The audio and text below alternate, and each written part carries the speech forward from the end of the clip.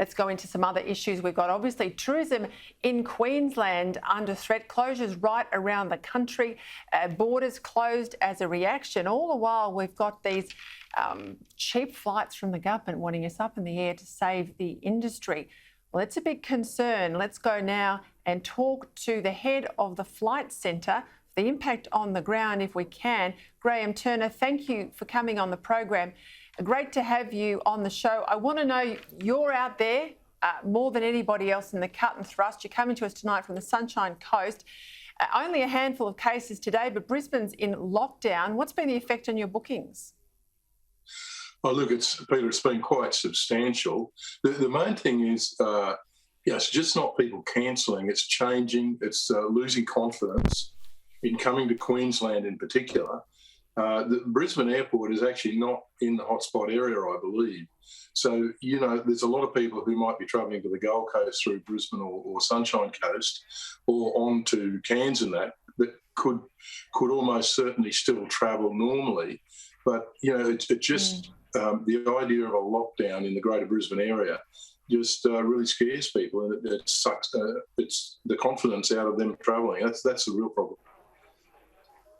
And of course, it's not just those who had planned trips to Brisbane or, as you say, Gold Coast or Sunshine Coast over the Easter period. It's anybody else who'd been planning to go to Tasmania or WA or anywhere else starting to get nervous that even with the vaccine rollout underway, we're going to get back to the situation we were last year. How on earth can you run a business like the Flight Centre when this is happening? And how on earth can tourism have any hope after being hit so hard last year that they can get on their feet again? You're exactly right. I mean, it's very difficult. And I've heard rumours, there's nothing definite yet, but that the major airports in Australia and perhaps some of the airlines want, if they are going to continue staying open, they want cast iron guarantees from the state governments that they're not going to do this sort of thing. Now, that's not going to happen yet, but this is close to something like this having to happen to make sure that some of the premiers can take, for example, New South Wales, everyone calls it the gold standard, and they mightn't have got absolutely everything right, but they've got most of it right, whereas a lot of the other states have got most of it wrong. So all they have to do through the AHPPC or the National Cabinet is follow one line, one consistent line, and the New South Wales one, certainly from a Queenslander's point of view, is a very good one. Well, look, us Victorians were looking at New South Wales all the way through last year and wishing we had Gladys Berejiklian running the state as well. But what I don't understand is we're 12 months into this pandemic, Graham. You can forgive them for getting things wrong last year, but why on earth hasn't every other jurisdiction got the team that Gladys has? Why aren't they running the systems that Gladys Berejiklian is running? Because this is costing the country literally billions of dollars. There's no doubt about that. And the reality is that the premiers and some of the chief health officers have no experience and have no knowledge, no education in pandemics. I think Professor Peta Credlin, I heard on the ABC, he's the epidemiologist from ANU, and he could see no logic on a 3-day shutdown with the COVID-19 virus, regardless of how many cases you might have, but particularly with only a few. And there seems to be no science in some of the ways that these states are operating.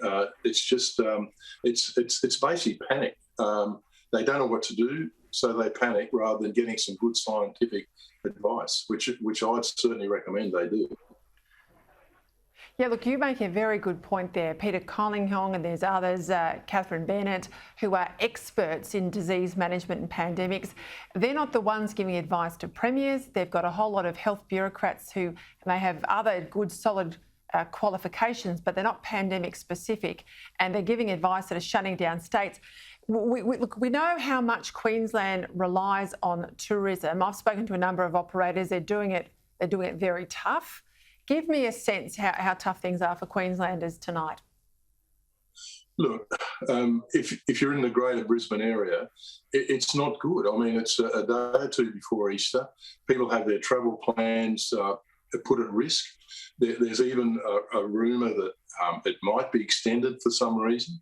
So, I mean, let's face it, it's nothing like it was in Victoria or it is in the UK or London now after, nearly a year on and off of lockdowns. But the timing couldn't have been worse, and it is not the way, I think you mentioned it, it's not the way to handle this sort of pandemic. The things that work are not wide-scale lockdowns. This has been proven 6 times before just in Australia and New Zealand.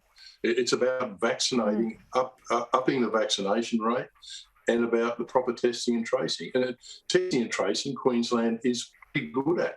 So, but why they don't have faith in their the Queensland Health, I don't know, because generally they've been good at it and they've been successful at it, and without locking things down. So that's certainly what I feel anyway. Yeah, look, it's not just tourism, I've got to say too. I feel for all those restaurants. They don't know whether this is a 3-day lockdown or a 5-day lockdown. Do they order stuff for the Easter weekend or they don't? You don't want to be caught out like they were over Valentine's Day in Melbourne. Look, just before we go, what's your pitch? Hard pitch, I know, but what would you say to Australians thinking about getting on the move and travelling in the next little while?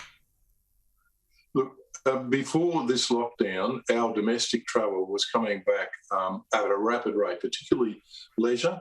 And the same happened just before Christmas, before the northern beaches caused borders to shut. But it's a tough one. You can't advise people because there's no consistency in policy. And, both the Premier and the Chief Health Officer here have recently been saying quite a few times that the last resort will be to lock down. They don't want to lock down, and then they go and panic and lock down. And, OK, there's been 8 cases. There's probably another 8 cases today, I think. But, I mean, that is no reason to lock down. If they had 100 or 200 cases, maybe. Yeah, I know. I feel for you, and I feel for all Queenslanders too. Graham Turner, thank you for your time. Thanks, Peter.